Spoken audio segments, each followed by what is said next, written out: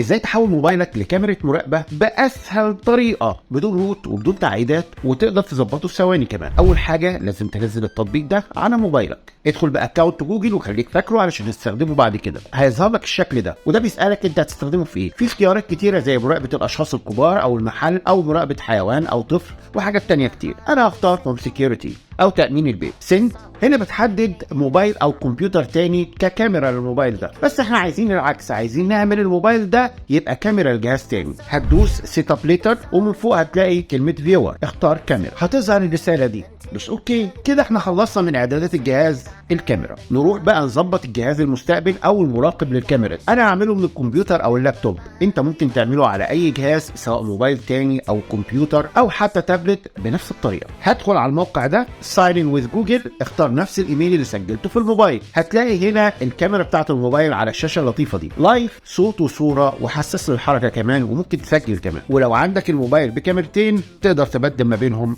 من هنا. بس كده.